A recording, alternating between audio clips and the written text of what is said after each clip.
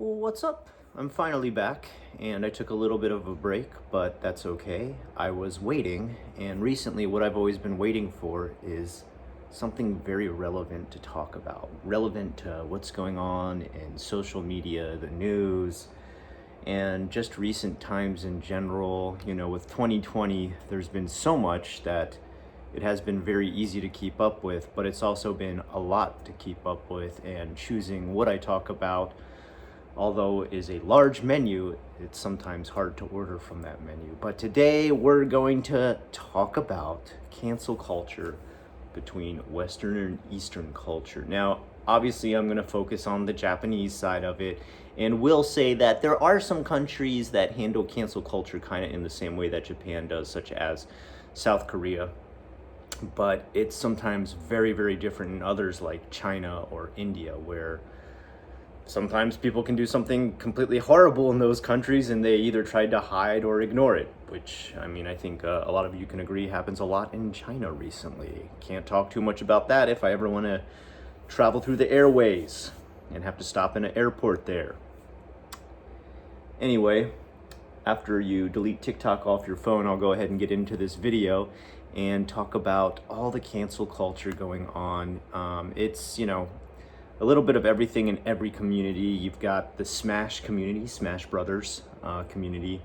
You got the makeup community, the fashion community, of course, the commentary community, all these different communities trying to cancel each other, from everything to racism, bigotry, sexism, allegations of Me Too, all different types of stuff. It's in almost every single community within the whole YouTube scene.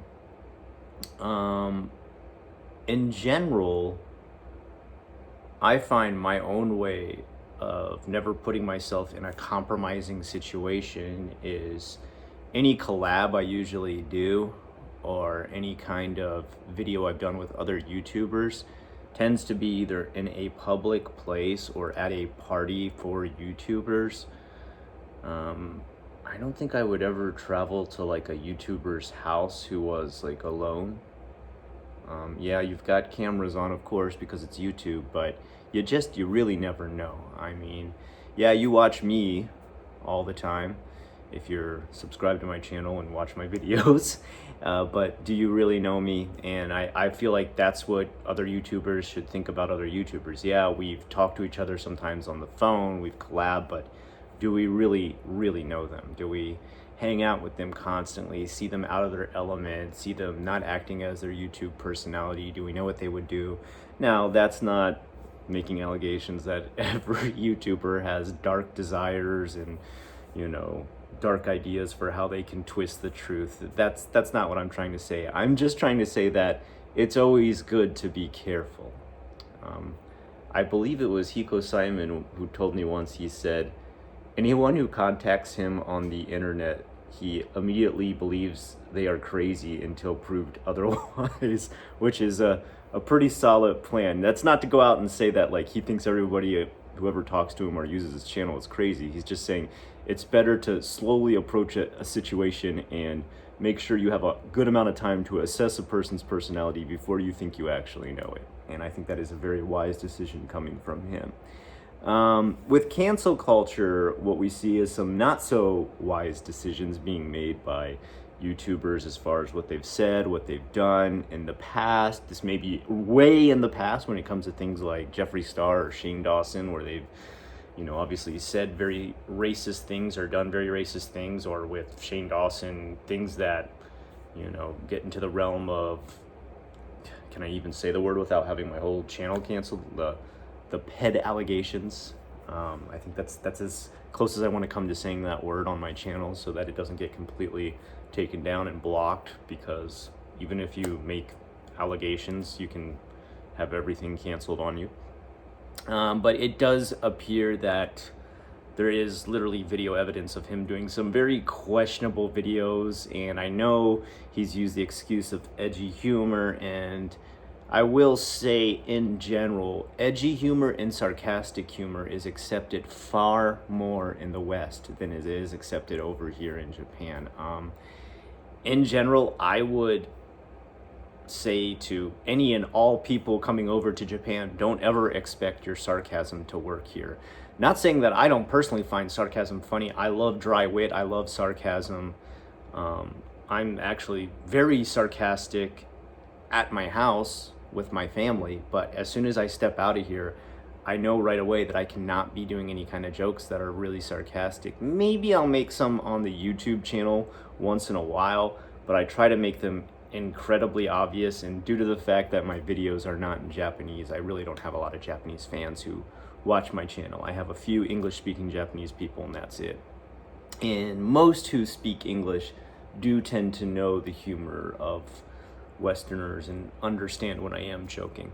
But in Japan, being sarcastic doesn't go over too well unless it's blatantly obvious that that's what you're trying to do. For example, there is a famous comedian slash YouTuber here who's famous for his very sarcastic self-help videos. And what he does is he tries to pretend to be a self-help person here in Japan.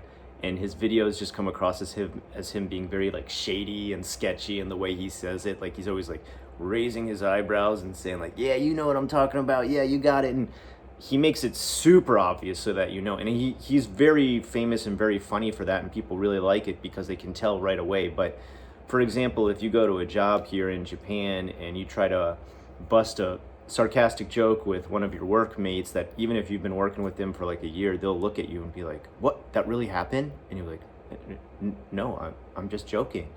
And then everything goes quiet and they're like, oh, I get it. And then you'll just go back to work and be like, whoa, that was a total failure. I'll never do that again.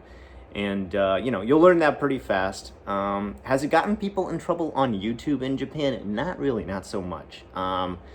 Usually what's gotten people in trouble and attempted to be canceled in Japan is pranks that have gone too far. For the most part, pranks aren't really accepted too much. Like when Jake Paul came here and tried to do all his pranks, I mean, he was just looked at as a total buffoon. No one found him funny.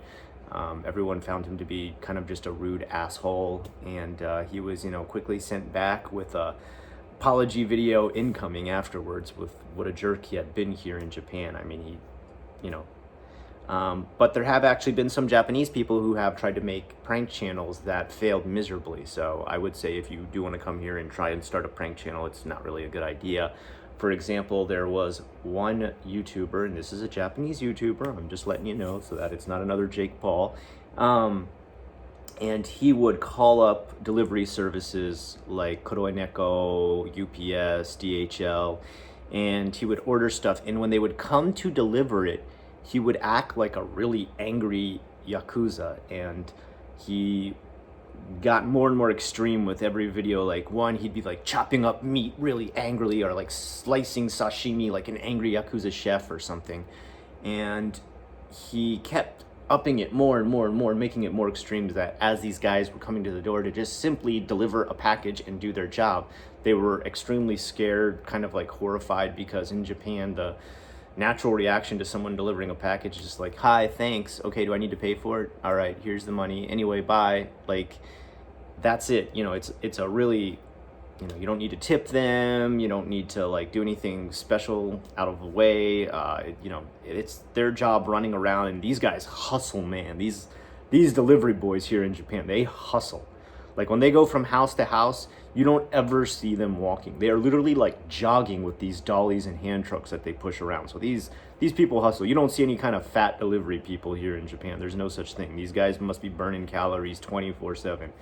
And so people were outraged when finally this guy's video that pushed everyone over the edge was him with a chainsaw answering the door, screaming at the guy that he was interrupting him. And the guy's like, dude, I'm just here to deliver a package. You're like freaking me out right now with the chainsaw. He left the package on the door, still got his job done, raced back to his car and got away. That guy posted the video online and was promptly arrested. And, it's for threatening. I mean, obviously a person would feel threatened if you approach them with a deadly weapon. Even if he was only wielding a knife in a very conspicuous and aggressive manner, that would put him in jail, probably in America or Japan. So coming at a simple, innocent delivery guy with a chainsaw. What a jerk thing to do. There was one other one. I'm not totally sure of what exactly went down, but it wasn't a prank, but it was a girl trying to visit some sort of boy band in Japan, and I don't have the full specifics on this, because even when I asked my wife, she's like, I've never heard of this band, I've never heard of this YouTube channel. And in general, I don't really like to follow a lot of YouTube channels, because either, number one, as far as Japanese YouTube channels, I can't get into whatever they're teaching unless it's like a silent video that's a craft video, and that's probably just the artistic side of me enjoying crafts. So like, there's a couple ones where like the guy makes knives, or they restore old equipment. I like watching those. They're like really relaxing. But if it's a video about like cooking, it's like, yo, I can watch like 50 billion cooking shows on Japanese TV. I don't need to watch YouTube for that. Or if it's like a comedy skit, like, sorry, but Japanese comedy skits, like, maybe it's just because I didn't grow up in Japan, but I just can't find them funny at all. Like, it's all like, oh, Hokkaido's so cold, I wore many coats in Hokkaido, haha. Okay.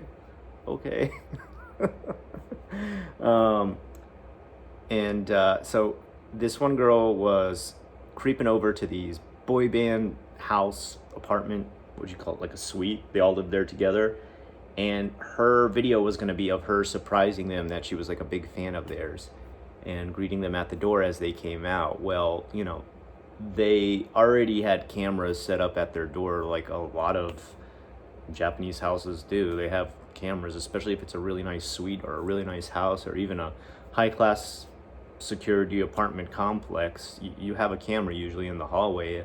You have a camera down at the front door, and most people even have a camera on their doorbell. This is camera country, all right? We've got a lot of cameras here in Japan. And they noticed her right away without even coming out of their apartment. So they're just like, what the heck? What is this? And they can't be too careful. I don't think they can ever be too careful. This is a country where an AKB member was attacked by a fan, and another lesser-known girl band member was attacked so violently by a fan with a saw that she was put into a coma, and only recently has recovered from that. It's, you know, so they can't be, you know, too careful. Read some stuff about crazy fans in South Korea too. You'll see those poor boy bands and girl bands. They can't be too careful. So of course they call the police. They're like, somebody's stalking us. This is crazy. We can't have this girl out here. So she had to cancel her channel, and she had to make an apology video and stuff like that. Now, if you follow any sort of Japanese YouTubers, you've probably seen here and there, they've done apology videos, and sometimes it's for stuff that you're just like, really? You gotta apologize for that? You know, and the same thing happens in the West too. But mostly Japanese people tend to take responsibility and call themselves out. The two big stories I just told you there about those two YouTubers, you know, they were canceled to the point that like their channels were just deleted. After that guy went to jail, the police actually made him delete his channel. And the one girl deleted her channel after she got arrested for showing up to their house, because everybody was like, dude, you're crazy, stop this. This is obviously an unhealthy thing to do. And probably one of the saddest stories is the story of lolochan. And this is way back, I don't know, was YouTube around during these days? She used to live stream herself all the time, back when live streaming had just started. And for every live stream, she would do a dare, but the dares were just like self-imposed dares, like, you know, do the mochi eating challenge, where you stuff a bunch of mochi in your mouth, which is actually a little bit dangerous. You can choke, like the chubby bunny challenge in America. And her last challenge that her fans gave her were to jump from her balcony, and she actually filmed herself doing it, and she died. And, you know, she's kind of an internet legend to this day for having done this, and she was only 13. And her reason for following through with it was, if I don't do it, then like I'm just a liar to my audience, and like they'll cancel my channel anyway, so I might as well follow through with what I committed to. And this is what I'm talking about when I say Japanese people tend to cancel themselves first before anybody calls them out. Just recently we had a really big male actor here in Japan commit suicide, And as you heard not too long ago, there was the terrace house girl who committed suicide. And if you follow a lot of the news in South Korea, there's a lot of boy bands and girl bands where they commit suicide. Fans yell at them to cancel, cancel, cancel. And what the Japanese or South Koreans do is they end up canceling themselves to an extreme level. So that comparable to the American side, where it just tends to be these very like weepy, I know I did wrong, boo-hoo, and I was mean to other people, boo-hoo, but, and then they make excuse after excuse about like, but we should really be focused on Black Lives Matter, and also people are dying, and it's like, yeah, that's true, that stuff is important, but what you're here to do is make this video apologizing to the people you offended within this community. At the same time, the community itself is like hungry for blood, and they're looking for this person to cancel themselves or get canceled or be canceled in some way. And I really, when I see this happen, I always got to ask the audience, how far do you want them to go? Like, how much blood do you want? How much flesh do you want for your troubles? Have you ever done any of these things that this person is apologizing for? Because if you have no right to call them out. Fix yourself first and take care of yourself first. Are these people fake? Are their apologies garbage? Do they really seem like they're apologizing sincerely to you? No? Well, that's probably because you don't have a close relationship with any of these people. So how can they actually do that? Now, if they were apologizing to a family member in real life who knew them very well and knew when they were being heartfelt and genuine, they could definitely both empathize with that person, and the other person could show them their true heart as far as how their apology should go and like what they really feel, and be open and honest. But how can you do that when you've got like 1 million fans telling you suck, you should be canceled? Do you really want to push them? Do you want to push them to the point that South Koreans and Japanese people go, to where they commit suicide? Is that what we need out of these people? Because I feel like that's a bridge too far. I feel like these days, the internet is so concerned with calling out everybody else's problems to take attention away from their own problems in their own life. Is it fun to listen to drama? Is it fun to listen to like scandalous stories? Oh yeah. Do I listen to them? Oh yeah. I'm not gonna be here and be like, whoa, we shouldn't support any of this stuff. But do we need to cancel the people afterwards because they did something wrong that you yourself have probably done in your life? I don't know, man. Now, this doesn't go for things that are, breaking the law. So if someone makes a sexual assault allegation, and it turns out to be true, okay, we don't need to cancel that person. We need to arrest that person. That person needs to go to jail. That person needs to serve the time that they need to serve within the legal system. If there's something illegal a person has done, then it needs to be taken care of by the same system, the legal system, not the YouTube system. So, even if we do cancel these people, quote unquote, what really do we accomplish? So they don't make videos for a little while. So they disappear for a little while. So they take a break. So they rebrand, and then they come back. Some of them, their lives are ruined. Look at Tobuscus. Look at Yamimash. Did they deserve to be completely canceled for the rest of their life for what they've done? A lot of the allegations never came out. That they never were proven. Neither one of them went to jail. Neither one of them were arrested. You saw when Angry Joe had allegations against him. Well, those were suddenly dropped real fast when he got legal counsel involved. That's odd, because he did the right thing. He took it to the law. He said, if you believe this really happened, report it to the police. Let's settle it in a legal court. YouTube is not the place to settle a legal problem. So you talk to my lawyers will talk to you, and we'll figure this out. And oh, surprise, surprise, the person making the allegations disappeared. Did we need to cancel people for allegations? What happens when we find out everything wasn't right, like with Pro Jared, where everything was just kind of like weird white lies and gray area truths from both parties? He got canceled for a little while and then came back, and now he's making videos again and seems to be doing all right. A lot of his fans resubscribed. Was it worth it? Like I said, it's fun to follow these stories. It's fun to enjoy them. It's fun to gossip. I'm not saying we need to get rid of all the drama channels. We can't call people out. Oh, we can do that. Yeah. We can listen to drama, we can enjoy the scandals, but do we need to reach a resolution of canceling the people involved? Only if it's something that crosses a legal line, in my opinion. Only if it's something that reaches into the legal limits of the law and people's safety and liberties and rights. Otherwise, who are we? The social justice police? Are we the internet police? Are we the cyber police? Are we going to backtrace them? Right? I don't know. That's just my own personal opinion. I'd love to hear what you guys think below between these two different cultures and how they've handled these situations, how extreme some of them got over here in the East, and how weird sometimes they are in the West, and how fake some of these apologies are. What do you guys think? Love to hear your feedback. These always open up very interesting discussions, and I read them all in the comments down below. Until next time, I am Unrested. I'll talk to you again real soon.